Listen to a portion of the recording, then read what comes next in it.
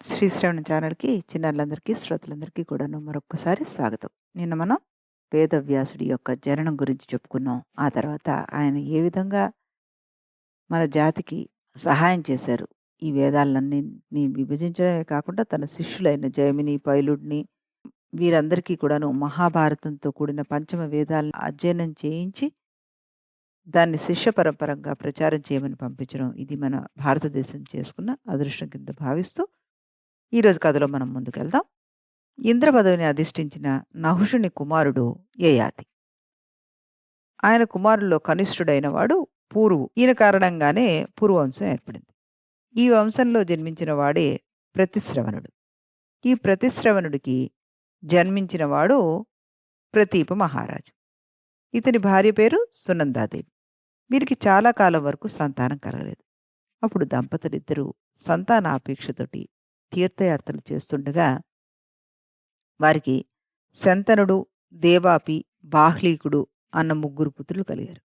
ఓ రోజు ప్రతీపుడు గంగానదీ తీరంలో తపస్సు చేసుకుంటూ ఉండగా గంగాదేవి అతని అందాన్ని చూసి మోహించింది.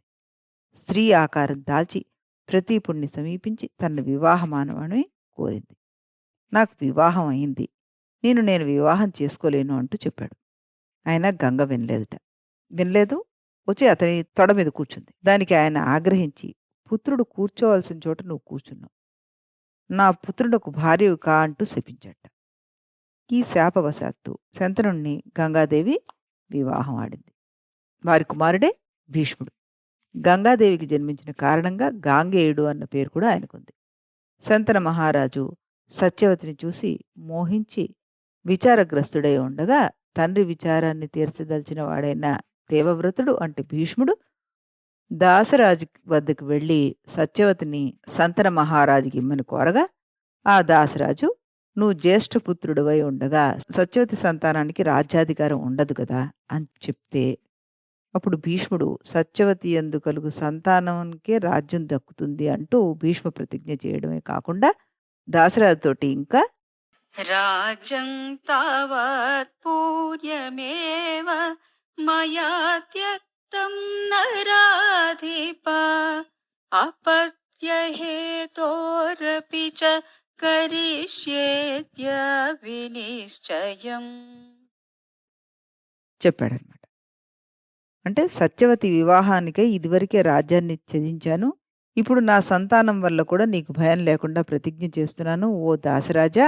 ఇది మొదలు నాకు బ్రహ్మచర్యమే ఆశ్రయం అవుతుంది అంటూ ప్రతిజ్ఞ చేశాట. ఆ సంతన మహారాజు సత్యవతులకు చిత్రాంగదుడు, విచిత్ర వీరుడు అనే ఇద్దరు కుమారులు కలిగారు. ఈ చిత్రాంగదుడు గంధర్వులతోటి యుద్ధం చేసి మరణించాడు. విచిత్ర వీరుడు రాజయ్యాడు.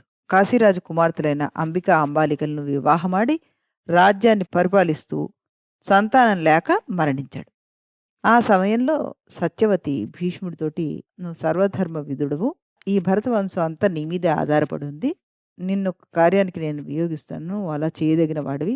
నా పుత్రుడు నీ సోదరుడైన విచిత్ర వీరుడి భార్యలు పుత్రార్థినులై ఉన్నారు. వంశవృద్ధికై నువ్వు వారికి సంతతి కలిగింపచెయ్యి అని కోరింది.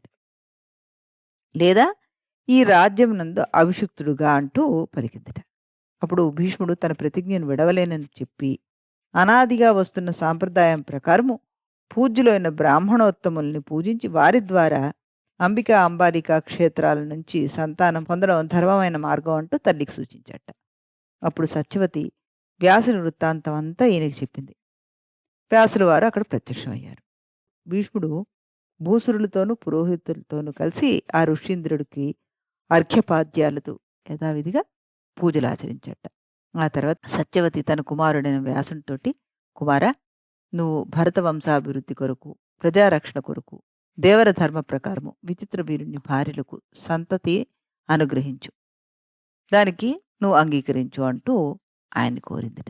అమ్మ దేవర న్యాయము ధర్మ సమ్మతమే అని పలికి క్షణకాలం ఆలోచించిన తర్వాత ఆయన ఇలా ఉపదేశించట.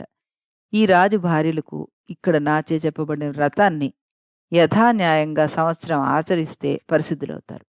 అలా కాక యది పుత్రః ప్రదాతవ్యో మయా భ్రాతురకాలికః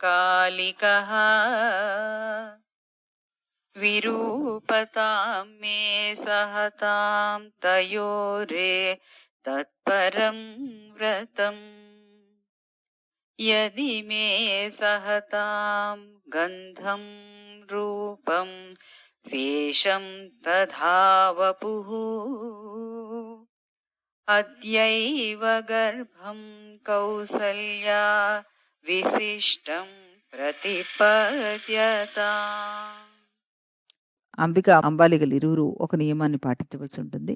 నా రూపము, వేషము, శరీర గంధము సహించి ఆ యువతులు ఇరువురు నన్ను సేవించాలి. ఇప్పుడిక ఇదే వారికి ఒక కఠిన నియమం కాగలదు.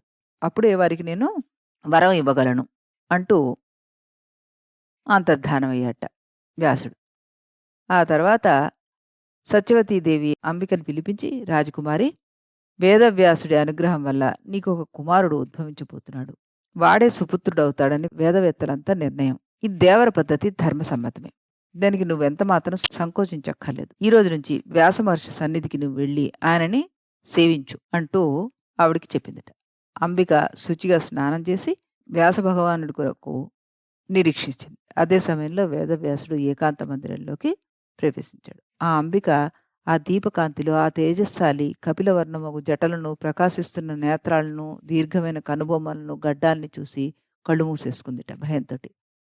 తల్లి ఆజ్ఞ ప్రకారము ఆ మహర్షి ఆ అంబికకు వరాన్నైతే అనుగ్రహించాడు. కానీ తల్లి దగ్గరికి వచ్చి, అమ్మా, 10,000 ఏనుగుల బలం కలవాడు, విద్యావంతుడు, గొప్ప అదృష్టవంతుడు, గొప్ప బుద్ధి గలవాడు రాజర్షి పుట్టగలడు. వాడికి 9 పుత్రులు కూడా పుడతారు. కానీ ఈ తల్లి చేసిన లోపం వల్ల అతడు అంధుడుగా పుడతాడు అంటూ చెప్పి వెళ్ళిపోయాడు. అతని పేరే ధృతరాష్ట్రుడు. ఆ మాటలు విన్న సత్యవతి దుఃఖించింది. నాయనా, అంద నరపతి కౌరవ కుల శ్రేష్ఠుడు కాజాలడు కదా, కనుక అంబాలికకు ఒక కుమారుణ్ణి ప్రసాదించింది నాయన అంటూ వేడుకుందట. మునీంద్రుడు ఆవిడికి కూడాను ఈ రకమైన కండిషన్నే పెట్టారు. అంబాలిక వేదవ్యాసుణ్ణి నల్లటి శరీరాన్ని చూసి భయంతోటి తెల్లబోయిందిట. బిగుసిపోయింది ఆవిడ. ఆయన ఆవిడికి వరం ఇచ్చాడు. తల్లి దగ్గరికి వచ్చి, అంబాలిక తన తనయుడు అత్యద్భుత శక్తి శౌర్యవంతుడైన కౌరవ వంశవర్ధనుడు కాగలడు. అయితే ఆవిడ నన్ను చూసి దిగ్భ్రాంతి పడిపోయి వెలవెలబోయింది. అందువల్ల ఆ కుమారుడు ధవళ శరీరుడై పాండురాజు అన్న నామంతోటి ప్రఖ్యాతుడు కాగలడు అంటూ చెప్పి వెళ్ళిపోయాట. అనంతరం కొంతకాలానికి అంబికకు జన్మించిన పుత్రునకు ధృతరాష్ట్రుడిని, అంబాలికకు జన్మించిన పుత్రుడికి పాండురాజని భీష్ముడు ఆ శిశువులకి ఇరువురికి జాతక కర్మాది జన్మ సంస్కారాలన్నీ యథావిధిగా నిర్వర్తింపజేశాడు. జన్మతోనే దృష్టి విహీనుడైన ధృతరాష్ట్రుడిని చూసిన సత్యవతీదేవి మిక్కిలి దుఃఖించి తిరిగి వేదవ్యాసుని స్మరించింది. తక్షణమే ఆయన అక్కడ ప్రత్యక్షమయ్యాడు. నాయన, అంబికకు జన్మించిన కుమారుడు అంధుడయ్యాడు కాబట్టి మరొక్కసారి ఆవిడికి వరం ఇచ్చి అనుగ్రహించు అంటూ వేడుకుందిట. వేదవ్యాసుడు ఒక క్షణం ఆలోచించి కొంత ఆత్మ సంయమనం అవలంబించి పరిశుద్ధురాలైన ఎడల ఆవిడకి అనుగ్రహాన్ని ప్రసాదిస్తాను అంటూ చెప్పాట. అంబికకు మరొక పుత్రుని అనుగ్రహించడానికి రాగా ఆవిడ వ్యాసుని వికృత వేషము, శరీర దుర్గంధము భరింపలేక తన దాసిని అలంకరించి బంధువులెవరికీ తెలియకుండా అతి రహస్యంగా ఆ మందిరంలో వెళ్ళేలా చేసింది. వ్యాసుడు ఆ దాసిని అనుగ్రహించాడు. ఆ తపోనిధి కరుణా కటాక్షం వల్ల ఆ పరిచారిక గర్భంలో మహాధర్మవేత్త అయిన విదురుడు ఉదయించాడు.